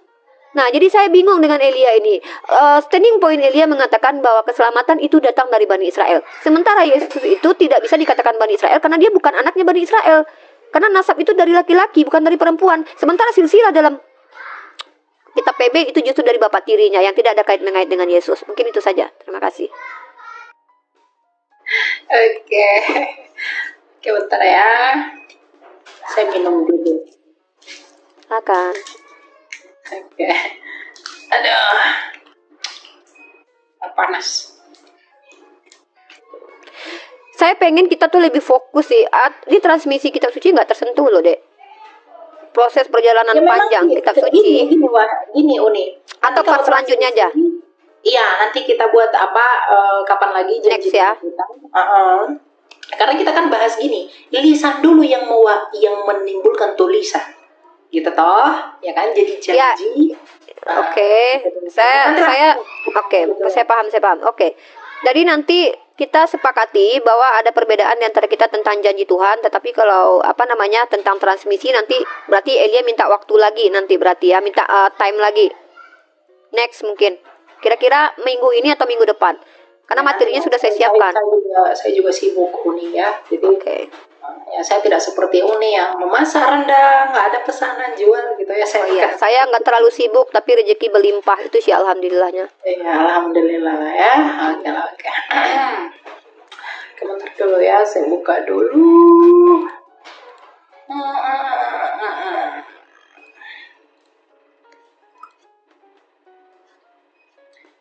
Oke. Data yang saya siapkan Albert akhirnya tidak tersentuh. Serius. Data yang saya siapkan Albert tidak tersentuh tentang transmisi kitab suci. Data yang saya siapkan tuh sudah mapan tapi tidak tersentuh. Justru kita membahas tentang janji Abraham. Nah itu ya. Kalau kritik teks itu lebih seru sebenarnya. Oke, ini kita lanjut ya. Saya coba itu nih, tekan lagi. Saya biarin. Oke. Ya. Nah, jadi tadi mengatakan mengenai sunat itu lagi-lagi sebenarnya saya harus katakan poinnya itu tidak didapat karena memang sunat itu adalah tanda, betul. Kalau tadi Uni menggunakan Kejadian 17 ayat 7 itu tidak melegitimasi bahwa itu diberikan kepada bangsa lain. Tuhan sendiri sudah menolak itu. Tuhan sendiri mengatakan bahwa perjanjianku akan kutetapkan dengan Ishak. Jadi janji itu hanya untuk Ishak. Kalau Uni mengatakan dari hal-hal ini, dari ayat 7, seisi rumahmu dan lain-lain, itu karena Abraham. Itu mempengaruhi orang-orang yang ada di rumahnya sebagai orang yang dipilih Tuhan. Ya termasuk Ismail ya pasti. Tetapi janji mengenai apa yang Tuhan mau berikan itu hanya diberikan bagi Ishak. Jadi kalau Uni tadi katakan Ismail juga diberikan, itu tidak relevan ya. Nah, kemudian nabi di perjanjian baru juga ada nabi. Pertanyaan saya, apakah nabi di perjanjian baru yang disebut nabi itu adalah nabi dalam peraturan Taurat? Tentu tidak. Jadi kalau Uni mengatakan setelah perjanjian baru pasti ada nabi. Kalau mungkin Uni mengatakan bahwa nabi kami itu juga adalah nabi, itu tidak terhitung sebagai nabi di dalam hukum Yahudi karena dia tidak ditabiskan. Ya? Jadi perjanjian baru, kalau Uni mengatakan oke, dia tidak ditabiskan, dia harus karena dia adalah nabi baru, ya harusnya dia mengikuti peraturan Kristus dari para rasul. Begitu. Nah, yang ketiga mengenai Yesus yang adalah bukan Israel. Pertanyaan saya, adakah catatan sejarah atau catatan yang Alkitabiah di dalam kanon yang menyangkal keyahudian Kristus? Ingat, kalau dia bukan orang Yahudi, dalam pemahaman orang Yahudi tidak mungkin dia dipanggil sebagai rabi. Mungkinkah orang Yahudi menjadikan yang bukan Yahudi menjadi rabi? Yesus itu orang Yahudi, maka dia disebut sebagai rabi. Jadi kalau Uni mengatakan Yesus itu tidak sah karena dia itu sebenarnya bukan orang Yahudi, orang Yahudi mengakui dia sebagai rabi. Bahkan dia mengajar di bait Allah, dia masuk ke sinagoga. Anda ingat ketika peristiwa Antiochus Epiphanes di dalam Deuterokanonika di kitab Makabe, orang-orang dalam tanda petik orang-orang non-Israel itu menjara dan menajiskan bait suci yang dilarang oleh orang Israel. Kalau Yesus bukan orang Israel atau bukan bagian dari keyahudian, mungkinkah dia mengajar di bait suci? Mungkinkah dia mengajar di Beit Hamikdas? Mungkinkah dia mengajar di sinagoga? Jadi saya pikir Uni terlalu terburu-buru menyimpulkan argumentasi mengatakan Yesus bukan orang Yahudi. Terlalu banyak data dan fakta yang Alkitabiah maupun yang sejarah untuk mengkonfirmasi bahwa Yesus adalah orang Israel. Nah, bagaimana janji itu dipenuhi di dalam Kristus? Ini saya komparasi begini. Kalau Uni mau membenarkan bahwa di pandangan iman kami itulah yang menyempurnakan, yang menyelesaikan janji itu. Ada beberapa hal yang perlu Uni bayangkan. Kalau memang Uni, keyakinan Anda itu adalah menggenapi janji itu, apakah sunat yang Anda lakukan menurut sunat yang dilakukan Abraham? Sunat yang dilakukan Abraham usia berapa? 8 hari. Anda disunatkan usia berapa? 20 tahun, 15 tahun, 40 tahun. Itu sama sekali tidak mengelaborasi janji Abraham. Kalau Anda mengklaim bahwa Anda dari Abraham, sama sekali tidak. Tidak ada poin yang dapat Anda dapatkan dari sini. Yang pertama, Anda bukan dari keturunan Ishak. Yang kedua, Anda bukan dari Israel. Yang ketiga, Anda bukan dari keyahudian. Yang keempat, Anda sekalipun bersunat, itu hanyalah sunat yang Uni maksud di luar bangsa-bangsa lain. Bukan sunat bangsa Israel yang kepadanya janji diberikan. Sunat Israel di dalam Taurat, di dalam Miswot nomor 17, usia 8 hari. Kenapa Anda disunatkan tidak usia 8 hari? Kalau memang janji itu Anda yang mewarisinya. Oleh karena itu, tidak satu pun yang Anda dapatkan kalau Anda mengklaim bahwa kami adalah penerus dari Abraham. Semuanya gagal. Dalam pengertian, apa yang diajarkan Taurat, apa yang diwarisi oleh Allah, itu sama sekali tidak dielaborasi oleh yang datang setelah Yesus Kristus. Ya, jadi janji itu hanya boleh digenapi oleh Kristus. Kenapa? Karena hanya Kristus yang menyelesaikan semua hukum itu di dalam kesempurnaannya, di dalam takluknya dia kepada hukum Taurat. Galatia 4 ayat 4. Yesuslah yang disunat usia 8 hari karena dia keturunan Abraham. Kalau dia bukan keturunan Abraham, tidak mungkin dia disunat. Uni pergi ke sana orang Padang, ke Israel, Uni nggak mungkin disunat. Gitu ya, jadi coba direfleksikan kembali. Thank you. Ini masih sekali lagi tanggapan habis itu closing statement ya, karena saya harus menanggapi beberapa poin. Betul. Oke, ada 4 poin ya yang ingin saya tanggapi dan 2 informasi yang ingin saya sampaikan. Saya fokus dulu deh di sini. Oke, saya tanggapi argumen Elia lagi teman-teman. Kata Elia begini. Menurut orang Yahudi. Pertanyaan saya, kamu kalau membawa standar orang Yahudi, jangankan Nabi saya, Tuhan yang kamu tuhankan saja, jangankan jadi Tuhan, jadi Mesias pun tidak diterima, Elia. Kalau kita bicara menurut orang Yahudi, ya, jangankan Nabi saya, Tuhan yang kamu tuhankan saja, jangankan jadi Tuhan, jadi Mesias saja ditolak. Kalau kita bicara menurut Yahudi, saya di sini tidak, parameter kebenaran saya bukan dari pendapat Yahudi, tapi saya membawa sudut pandang Yahudi terkait bagaimana mereka memahami Tuhan yang memberikan keselamatan kepada siapa saja. Apakah hanya kepada Bani Israel atau melulu dari Bani Israel? Saya sudah bantah datanya dengan adanya pengutusan Bileam sebagai nabi. 1. Yang kedua adalah adanya daerah-daerah yang bukan Bani Israel diselamatkan. Baca Yunus pasal 3 nomor 1 sampai 5. Itu Niniwe, itu Bani Israel bukan? Niniwe kenapa diberikan keselamatan sama Tuhan? Apakah Niniwe adalah bagian dari Bani Israel? Apakah mereka bersunat? Tidak bersunat. Jadi kalau kita bicara tentang keselamatan Tuhan, ini esensi Tuhan yang kita pertanggungjawabkan di sini. Apakah Tuhan itu rasis atau tidak? Tapi segala argumen dari Elia menunjukkan Tuhannya Elia rasis. Hanya berdasarkan dari Bani Israel, kesukuan saja. Sementara Tuhan yang kesukuan ini, kita bicara tentang perspektif Yahudi terhadap Yesus. Menurut anggapan orang, dia orang Yahudi, betul. Sebenarnya kalau kita bicara apakah ibunya orang Yahudi, saya pun sepakat. Bahkan kami sepakati ibunya orang Yahudi. Tetapi bukti bahwa Tuhan tidak hanya melulu kepada orang tuanya yang Yahudi, yang keturunannya Yahudi seperti perspektif orang Yahudi, bahwa dari keturunan mereka lah akan datang keselamatan itu. Makanya Yesus tidak punya bapak. Karena konsep nasab itu harus dari bapak. Kamu lihat dalam kitab Lukas pasal 23, adikku Elia. Yesus itu dianggap Yahudi, dikatakan Yahudi karena dia dikatakan anak Yusuf. Ya, siapa anaknya? Yusuf. Ketika Yesus memulai pekerjaannya, menurut anggapan orang, baca dalam kitab Lukas pasal 23 pasal 3 nomor 23. Nih, saya bacakan nih. Ini anggapan orang terhadap Yesus tuh banyak di zaman itu, mengatakan dia dari Belzebul, mengatakan dia adalah orang yang hasil zina bahkan sekalipun. Jadi di sini konteks yang saya katakan, keselamatan datang dari Bani Israel. Yesus itu tidak sempurna menjadi Bani Israel karena dia bukan anak kandung seorang laki-laki Israel. Dia adalah anak tiri dari laki-laki Israel secara silsilah.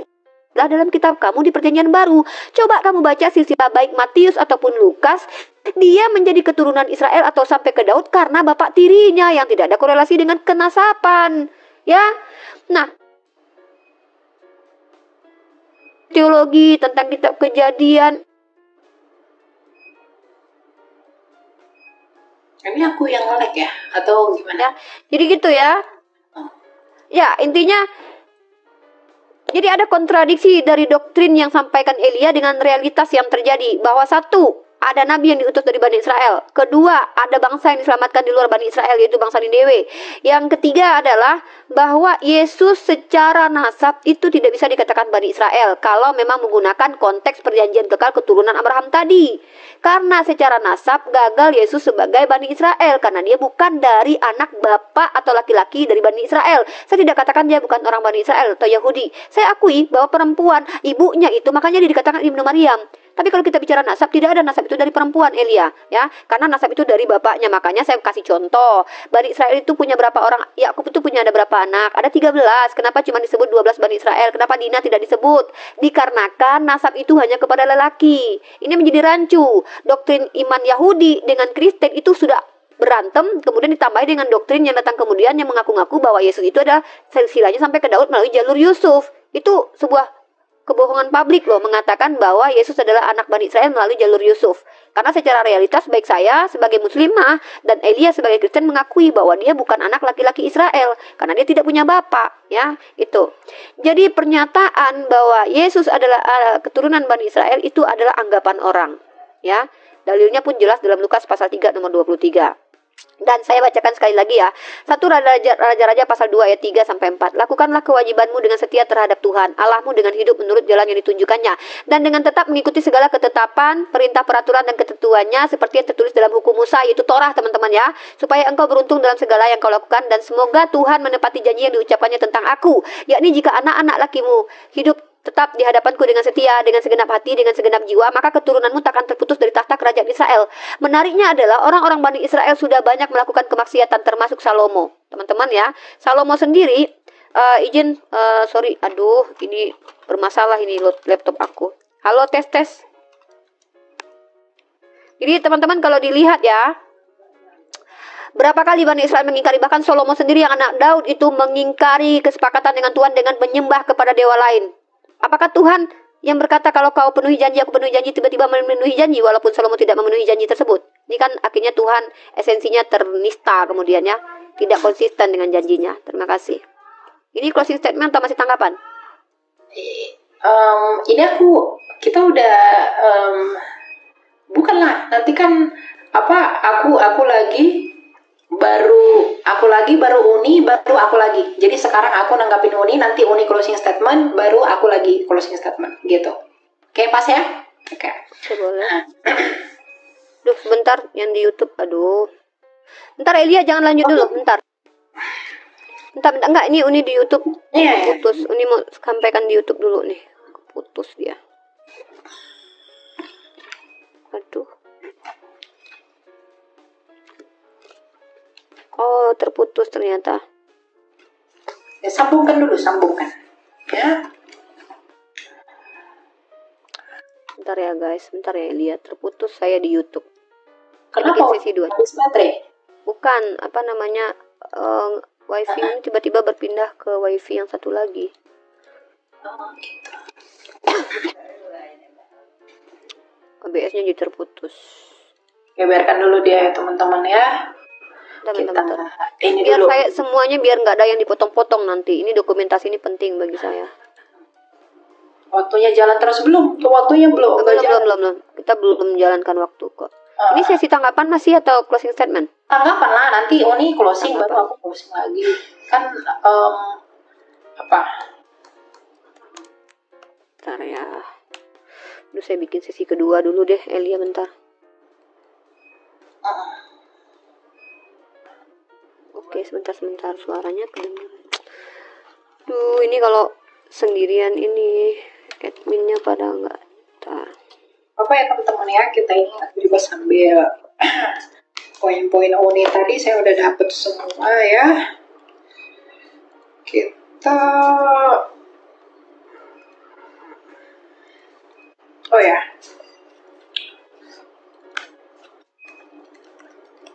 Itu di luar negeri ada bunyi listrik. Ya, memang ada lah. Pakai ini juga. Nggak ada listrik. Nggak, maksudnya pakai sistem kayak di Indonesia juga ya, pakai sistem Pakai apa? Pakai pulsa gitu. Pakai pulsa juga. Oh. Toyet katanya.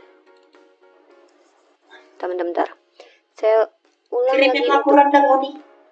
Hah? Kirimin laporan. Tapi udah di Amerika ya? Di Jenewa kok. Di Wakanda. Jenewa. Mana itu? Elia. Jenewa. Lupa. Jenewa itu masih di planet bumi? Iya. Sinilah alamatnya biar Uni kirimkan rendang rohani. Nanti disantet pula lo.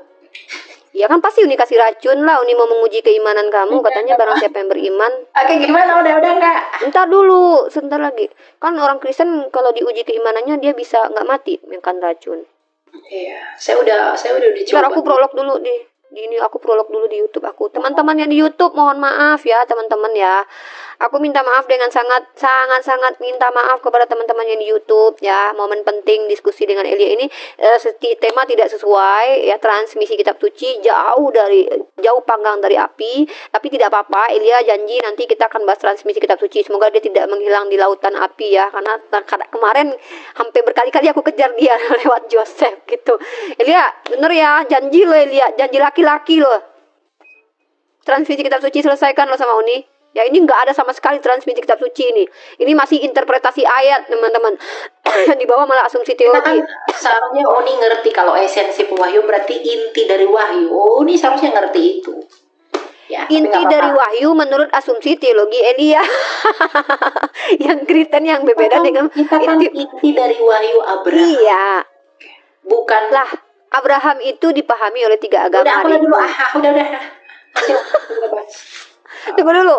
Transmisi kitab suci itu jangan di ini loh. Udah 3 kali loh kita gagal loh. Aman. Kayak berat kali judulnya itu. Aman itu. Akan. Transmisi kitab suci kritik teks itu. Oke. Iya. Oke. Nah, yang pertama ya. Kalaupun memang Uni itu menganggap dirinya sebagai Yahudi, kemudian mengatakan Yesus itu tidaklah Mesias dalam pemahaman orang Yahudi, bukankah orang-orang Yohanes dan lain-lain itu orang Yahudi? Mengapa ia mengakui Yesus itu adalah orang sebagai Mesias? Orang yang dibaptis oleh Petrus 3.000 orang, apakah mereka bukan orang Yahudi? Sepertinya Uni ya tidak mengetahui hal ini ya. Kemudian kalau Yesus tidak dianggap Mesias, sekalipun Uni orang Yahudi, kepada siapakah Yesaya 53 pantas dilakukan? Kepada siapakah Yesaya 53 dalam sejarah itu bisa dikatakan? Jadi sekalipun Uni orang Yahudi, Uni akan kebingungan menjawab ini. Di mana Yesaya 53 itu akan diberikan kalau bukan kepada Kristus? Nah, itu yang pertama. Ya, jadi orang-orang orang Yahudi pada masa itu pun, dialah yang menuliskan kitab suci. Dialah yang memperkatakan, bahkan Yohanes dalam 1 Yohanes berkata apa? Apa yang kami lihat, yang kami raba dan kami dengarkan, itulah yang kami beritakan mengenai apa? Firman yang hidup. Apakah dia bukan orang Yahudi? Tentu dia orang Yahudi. Jadi kalau dikatakan orang Yahudi pun tidak mengakui dia, Yahudi modern, ya tentu tidak mengakui dia. Tapi Yahudi yang mula-mula, itu tentu mengakui dia. Jadi kalau Uni mengatakan bahwa Yahudi tidak menerima Yesus sebagai Mesias, yang menulis kitab suci ini orang-orang Yahudi.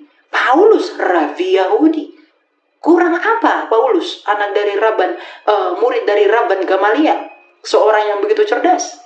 Ya, jadi kalau dikatakan Yesus tidak dianggap Mesias oleh orang Yahudi, itu penafsiran yang tidak benar. Yang kedua, Tuhan menyelamatkan Niniwe. Tuhan menyelamatkan Niniwe itu bukan dalam pengertian ikatan perjanjian. Kalau Uni mengatakan misalnya bahwa bangsa-bangsa lain juga diselamatkan, artinya keselamatan mengenai janji itu diberikan kepada mereka. Tuhan sudah jelas membantah bahwa janji itu hanya diberikan kepada keturunan Ishak. Apa yang mau Anda tambahi dari apa yang tertulis di dalam Torah? Tentu itu tidak relevan. Ya. Kemudian yang ketiga, Yesus anak Yusuf. Dia itu hanya anggapan orang. Kalau dia hanya anggapan orang dan tidak valid di dalam pemahaman iman Yudaisme, bisakah dia mengajar di Bait Allah? Bisakah dia disebut rabi? Bisakah dia mengajar di sinagoga? Kalau status keyahudiannya tidak diterima, kalau dia secara hukum tidak diterima sebagai orang Yahudi, mungkinkah orang Yahudi membiarkan dia di dalam hukum Taurat? Mungkinkah orang Yahudi menerapkan Taurat kepada dia? Kalau Uni ada waktu pergi jalan-jalan ke Israel, di sana Uni pergi, orang Yahudi pun tidak akan menerapkan 613 misbot kepada Uni, karena Uni bukan bangsa Israel. Tapi Yesus dalam Galatia 4 ayat 4 takluk kepada itu semua. Oleh karena kesempurnaannya itulah dia layak menjadi Mesias. Nah, kemudian ada beberapa hal, semua pertanyaan saya itu tidak ada yang Uni jawab. Dalam pengertian yang pertama, ya, di mana keimanan Uni bisa dibenarkan dalam diskusi ini? Kalau Uni mengatakan kami yang mewarisi janji itu, oke, janji itu tandanya apa? Tanda sunat. Sunat itu menurut misfot dan kesetiaan kepada Taurat itu usia 8 hari. Pertanyaan saya, keimanan Uni disunat pada usia berapa hari? Kalau memang esensi dari yang tadi Uni tekankan itu adalah sunat. Kemudian yang kedua, mengenai status kenabian. Siapakah yang menabiskan dia? Kalau Yesus jelas, dia dibaptis oleh Yohanes di dalam tevilah orang Yahudi. Makanya dia disebut sebagai Mesias. Dan di mana ini dapat dibenarkan? 2 poin ini saja dulu. Ya, bagaimana mungkin Anda mengakui bahwa Anda dari Abraham, tetapi sunat? Karena tadi Uni mengatakan ada juga bangsa lain yang disunatkan. Lah, kalau orang lain disunatkan, tetapi bukan sunat menurut peraturan Abraham, itu untuk apa? Yesus disunat pada usia 8 hari. Anda, gimana Anda disunatkan pada usia berapa hari? Kalau itu di luar dari syarat itu, artinya tidak ada tempat bagi Anda untuk menerima janji itu. Karena memang janji itu sudah selesai di dalam siapa? Kristus Yesus, Tuhan sebagai Mesias. Dia diterima oleh orang Yahudi sebagai Mesias, makanya orang Yahudi lah yang menuliskan Injil Sinoptik. Kemudian dia diterima sebagai Mesias yang menyelamatkan karena Yesaya 53 hanya boleh digenapi oleh Kristus. Tidak ada dalam sejarah yang bisa menggenapi Yesaya 53 selain daripada dia. Begitu. Jadi sempurnalah iman kekristenan itu, bahwa semua misteri dalam perjanjian lama digenapi dalam Kristus. Taurat dan kitab para nabi selesai. Kristus memberi hukum baru. 2 hukum, kasih Allah dan sesama. 3. Akan ada pertanyaan, terpaksa saya nggak bisa closing statement karena ada pertanyaan yang harus saya jawab itu. Gimana dong? Ya udah. Ya. Saya berikan ini aja. Uni waktu tambahan 5 menit gitu ya. Uni 2 kali baru closing statement karena saya ada janji dengan teman saya buat call. Ya, 20. Ya, Oke. Pertama, saya tidak pernah mengaku sebagai orang Yahudi ya. Justru di sini saya mengingkari Tuhan itu rasis. Tuhan itu tidak rasis. Buktinya Tuhan menyelamatkan orang di luar Yahudi seperti Niniwe, dan juga Tuhan mengutus nabi lain dari yang bukan Bani Israel, yaitu Bileam tadi. Itu bukti bahwa Tuhan itu tidak rasis. Tuhan Bani Israel ya, bukan Tuhannya Elia ya. Tuhan dalam perspektif Elia, sorry ya, berbeda sepertinya. Kemudian janji yang dimaksud itu janji apa sih, Dek? Kan Uni sudah bilang kitab Kejadian 17 itu janji bahwa akan diberikan tanah Kanaan kepada Bani Israel, itu betul. Tapi tentang keselamatan di mana di Kejadian 17 itu? Nah, sementara tanda perjanjian itu bukan hanya dilakukan, kita fokus di sunat. Tanda perjanjian itu bukan hanya untuk Bani Israel doang. Kan sudah Uni katakan tadi, bahkan yang dibeli di rumahnya Abraham juga disunat, Ismail juga disunat. Itu Tuhan yang katakan kok. Bahkan udah berapa ayat Uni katakan, orang lain atau orang asing juga bersunat. Nah, terus Elia bilang, sunatnya seperti siapa? Seperti Abraham enggak? Lah, emang Abraham sunat umur ke-8 apa? Hari ke-8? Enggak, Abraham itu udah tua ketika disunat. Ya, jadi batasan umurnya ada yang tua, ada yang kecil. Emangnya Abraham di umur ke-8 dia? Tidak. Itu pahami juga itu, Abraham udah tuir, dia tuh udah alot. Pakai apa itu nggak tahu saya disunatnya pakai apa, saking udah alotnya. Kemudian itu saya tidak dapat jawaban juga tuh di Kejadian 17 di mana janji keselamatan itu harus datang dari Bani Israel. Nggak ada kaitannya. Itu janji sunat di mana Tuhan akan jadi Tuhan dari keturunan Bani Israel gitu. Lah, saya katakan begini ya, saya tidak mengingkari bahwa Yesus itu keturunan Bani Israel, bukan. Tapi dalam perspektif bahwa orang Yahudi itu menerima Mesias yang dari keturunan asli Bani Israel. Sementara Yesus itu dikatakan silsilahnya menuju Bani Israel bukan dari keaslian dia sebagai Bani Israel asli, bukan. Tetapi karena dia dikatakan anaknya Yusuf, nih menurut anggapan orang, nih anggapan orang yang keliru dituliskan di dalam kitab kalian menjadi doktrin kemudian. Nih, menurut anggapan orang dia anak Yusuf sampai ke Bani Israel, sampai ke Yakub, sampai ke Daud. Anggapan orang yang keliru dibenarkan dalam kitab kalian. Nah, inilah saya mengatakan bukan berarti Bani Israel saja yang mendapat keselamatan dan diberikan keselamatan atau menjadi juru selamat. Kenapa? Karena Yesus yang bukan bapaknya Bani Israel, hanya ibunya Bani Israel pun diberikan kuasa menjadi nabi. Itu saya akui sebagai Mesias. Inilah perbedaan kita. Kamu bersama dengan Bani Israel, tapi kamu sama seperti Bani Israel, bahwa yang namanya nabi itu harus dari keturunan Bani Israel, pokoknya harus. Sementara kamu juga akui bahwa Yesus bukan anak kandung dari seorang laki-laki Israel, tapi anak tiri dari laki-laki Israel. Kamu percaya dalam Matius, kamu percaya dalam Lukas, silsilah dia bukan dari bapak kandungnya. Inilah kenapa Allah secara hikmah, kenapa Allah hadirkan Nabi Isa tidak punya bapak, untuk membantah kesukuan ini, untuk membantah orang-orang rasis, membantah kebencian kepada satu kaum yang menganggap kaum mereka lebih hebat, lebih superpower daripada yang lain. Inilah Bani Yahudi.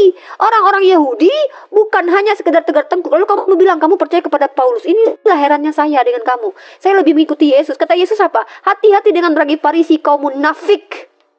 Kamu percaya kepada Farisi yang Yesus peringatkan kepada murid-muridnya.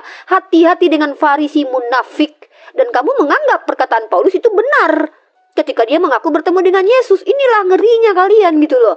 Secara asumsi teologi silakan kamu benarkan Yesus itu keturunan Israel. Bahkan silsilahnya bisa saya bantai itu tidak benar karena banyak penghilangan nama orang di situ. Dipaksakan bahwa Yesus adalah keturunan dari Daud. Sementara bergejolak tentang siapa Yesus menurut orang Yahudi pada zaman itu yang bukan tertulis dalam kitab kalian yang mengaku Yahudi. Dia dikatakan anak hasil zina dengan Patera. Dalam Islam juga dikatakan bahwa Nabi Isa dituduh sebagai anak zina pada waktu itu.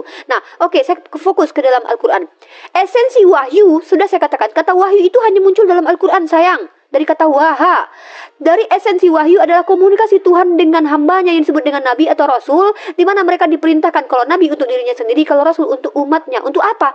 Memberitakan firman Tuhan. Itu esensi wahyu, nggak ada janji-janji begitu. Ya, walaupun kalau kita pakai bahasa Bible itu janji Tuhan. Kembali saya katakan, janji Tuhan itu bukan janji karena rasisnya Tuhan. Bukan janji karena Tuhan itu memilah-milah siapa yang dia kehendaki untuk dipilih, siapa. Bukan. Tapi janji Tuhan itu kepada Bani Israel, karena Bani Israel ini tegar tengkuk, harus ditetapkan janji kepada mereka. Mereka adalah umat tegar tengkuk, baik di kitab saya ataupun di kitab kamu. Mereka sering mengingkari apa yang Musa bawa. Makanya mereka dibuat perjanjian, diangkat buku Tursina di hadapan mereka, maka mereka harus memenuhi janji yang mereka berikan, Tuhan berikan kepada mereka, baru Tuhan penuhi janji kepada mereka. Saya bacakan tadi ayatnya di mana? Di dalam kitab, Masya Allah, terima kasih Bang alumni ya, ada meong itu ya. Nah, dalam kitab Raja-Raja sudah saya katakan dan kamu tidak bahas, kamu bilang masalah moral. Jelas di sini dikatakan, setiap Bani Israel harus menjalankan perintah hukum Torah supaya kerajaan Israel tetap. Kenapa kerajaan Israel tetap sampai ke Yesus sementara Bani Israel sangat mengingkari mereka? Sekarang Uni closing. Jadi closing statement saya. Dalam Islam jelas kata wahyu itu hanya ada di dalam Al-Quran kami. Esensi wahyu secara definisi baik etimologi, terminologi ataupun aksiologi itu adalah firman kehendak Tuhan yang diberikan kepada Nabi dan Rasulnya untuk diberikan kepada umatnya, baik itu perintah, larangan, janji ataupun informasi. Itulah yang disebut dengan wahyu dalam perspektif Islam. Dari mana sumbernya? Cek KBBI. Wahyu sendiri adalah informasi Tuhan, komunikasi Tuhan dengan para nabinya. Nah, janji adalah salah satu bagian wahyu. Itu dalam Islam ya. Sorry. Ya. Oke, saya katakan ya. Ya, jadi teman-teman harus paham ya. Wahyu itu hanya ada dalam bahasa Arab dalam Al-Quran, teman-teman ya. Saya sudah katakan dalam Al-Quran. Jadi yang berhak menjelaskan wahyu itu justru seharusnya orang Islam, karena orang Islam yang memiliki frasa wahyu itu. Padanan katanya dalam bahasa Ibrani adalah khazon. Silakan Elia jelaskan definisi khazon atau apapun itu. Janji Tuhan adalah salah satu dari pewahyuan. Jadi bukan hanya janji saja wahyu itu. Wahyu itu ada perintah Tuhan, ada larangan Tuhan, ada informasi Tuhan terkait apa-apa yang ingin Tuhan sampaikan. Contoh kalau kita lihat firman Tuhan di dalam hati pun ada di dalam kitab Torah Musa. Apakah itu wahyu atau tidak? Ketika Tuhan berfirman di dalam hati, ditulis dalam kitab Torah, 5 kitab Musa. Apakah itu janji? Tidak. Jadi kita tidak bisa diikat dengan apa yang Elia mau, yaitu esensi wahyu hanya janji. No. Lebih luas wahyu itu adalah kehendak Tuhan yang harus didengarkan hambanya melalui perantaraan nabinya. Itu dia wahyu, esensi wahyu ya. Jadi saya tidak sepakat dengan Elia bahwa wahyu itu hanya sekedar janji. No. Karena Tuhan tidak hanya berjanji. Tuhan memberikan perintah, Tuhan memberikan aturan, dan Tuhan memberikan hukuman. Menceritakan kisah-kisah orang terdahulu. Itu yang disebut dengan wahyu. Nah, setelah kita bahas tentang wahyu ini, mohon ke depan kita bahas bagaimana proses transmisi kitab suci kita secara ilmiah kita jabarkan menggunakan kaidah-kaidah keilmuan Elia. Itu yang sangat penting sebenarnya yang ingin saya bahas. Walaupun tidak tersentuh sama sekali pada malam kali ini. Begitu Elia, terima kasih. Oke. Ya, silakan di-end, Tony. Ini nggak bisa di-end kayaknya. Udah pakai aja, nanti diulang lagi. Jadi kamu sama. Aku nggak mau begitu. Aku orangnya sistematis. Saya nggak suka gitu. Itu bukan sistematis, konsisten. Kalau sistematis itu kan tetet gitu. Ya iya, justru itu harus sistematis namanya. Konsisten. Sistematis itu kan teratur dari awal sampai akhir seperti itu. Apa kaitannya timer dengan sistematis? Oke, lanjut. Oke, jadi karena ini memang adalah closing statement, saya mengikuti adab dalam berdiskusi ya. Karena ini mungkin terkesan seperti debat meskipun kita tidak tahu parliamentarnya apa. Tapi ini yang mau saya sampaikan bahwa apapun yang tadi saya sampaikan, Uni itu berfokus kepada apa atau usahanya untuk membantah pendapat saya, tapi tidak bisa membenarkan apa yang menjadi iman mereka di dalam sudut pandang Taurat. Karena Taurat sudah jelas memberikan pandangan yang baku bahwa status kenabian, tentang perjanjian, dan lain-lain. Janji itu hanya diberikan bagi keturunan Isa. Kalau kita melihat di dalam Kejadian 12 ayat 1-3, di situ dikatakan bahwa Tuhan akan memberkati, dia akan menjadi berkat. Berkat apa itu? Berkat keselamatan yang dilakukan di dalam apa? Di dalam darah. Untuk pengampunan dosa. Makanya dalam Ibrani 9 ayat 22 dikatakan tidak ada penumpahan, tidak ada pengampunan dosa tanpa penumpahan darah. Inilah yang tidak dielaborasi oleh Rifa, bahwa poin-poin ini sama sekali tidak ditegur. Poin-poin ini sama sekali tidak dipahami dalam artian apa? Inilah janji. Kalau dikatakan di mana di dalam Kejadian 17 itu mengenai keselamatan, mengenai yang lain-lain, itu semua dijawab oleh para nabi di dalam Ketuvim dan juga di dalam Nefiim. Oleh karena itu Yesaya yang adalah nabi bangsa Israel itu mengatakan bahwa dari mereka lah nanti yang akan datang hamba Tuhan yang menderita, yang oleh karena dia kita mendapatkan pengampunan, di mana dia yang bangkit itu akan memberikan serta melihat keturunannya gilang gemilang. Jadi dari diskusi ini kesimpulan saya itu adalah bahwa memang kekristenan adalah puncak dan finalitas pewahyuan. Kekristenan adalah anugerah terbesar bagi dunia ini. Sejak mula-mula kekatolikan, ortodoks, dan kekristenan Melalui gereja Katolik mengkanonkan kitab suci yang kudus. Melalui itu kita bisa melihat betapa sempurnanya Allah itu berkarya melalui bapak-bapak gereja. Kita lihat para rasul dengan konsisten memberitakan Yesus yang sama dalam Galatia 1 ayat 8 bahwa memang inilah Kristus yang kami nyatakan di dalam kitab suci yang berhak menerima janji itu. Dia sebagai seorang Mesias, dia sebagai seorang raja, dia sebagai seorang imam, dan dia sebagai seorang nabi. Ya artinya setelah dia tidak ada perlu pembaharuan janji. Karena Kristus telah menutup meterai. Makanya dalam penglihatan Yohanes di Pulau Patmos ia berkata, jangan kamu meteraikan perkataan ini, karena pengetahuan akan bertambah. Bahkan Yesus memberi janji, aku datang segera. Dia tidak memberikan nabi-nabi lain lagi yang dia ikuti menurut persepsi Taurat, karena Taurat sudah selesai dan Injil telah diberitakan. Oleh karena itu, saya pikir di luar kekristenan, di luar Kristus tidak ada keselamatan yang bisa mengklaim janji yang diberikan kepada Abraham oleh Allah Abraham, Ishak, dan Yakub. Janji itu diikat dengan darah, maka Kristus pun menggenapi janji itu dengan darah. Janji itu diikat adalah berkat, maka Kristus menabur berkat kepada dunia. Karena dia, penginjilan ke seluruh dunia itu terjadi. Tidak ada yang seperti ini di sepanjang kitab suci, atau bahkan di luar bangsa Israel yang dijanjikan. Jadi esensi dari pewahyuan di dalam kekristenan secara umum di dalam perspektif agama Abrahamik, hanya kekristenan satu-satunya keimanan yang mengelaborasi seluruh perjanjian lama dan menggenapi janji itu di perjanjian baru. Itulah alasan kenapa gereja berdiri teguh sejak abad mula-mula sampai sekarang untuk senantiasa mewartakan kebenaran Injil dan keselamatan bagi seluruh dunia. Seperti yang dikatakan oleh Yesus dalam Yohanes 8 ayat 24-25, sebab jikalau kamu tidak percaya bahwa akulah dia, Mesias, ego eimi, kamu akan mati dalam dosamu.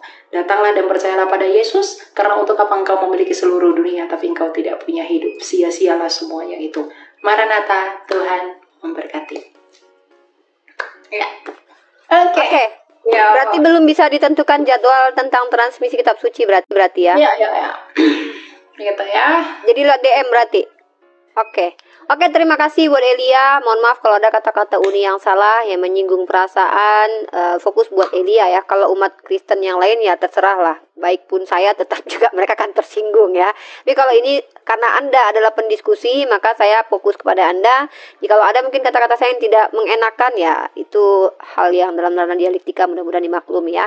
Next time saya masih menunggu jawaban dari Elia terkait tema yang kita bahas adalah transmisi kitab suci, karena itu yang sangat very important. Buat apa berbicara tentang isi sementara transmisinya saja tidak ilmiah atau tidak bisa diterima. Mungkin itu saja Elia. Oke. Baik, terima kasih. Aku juga terima kasih buat Uni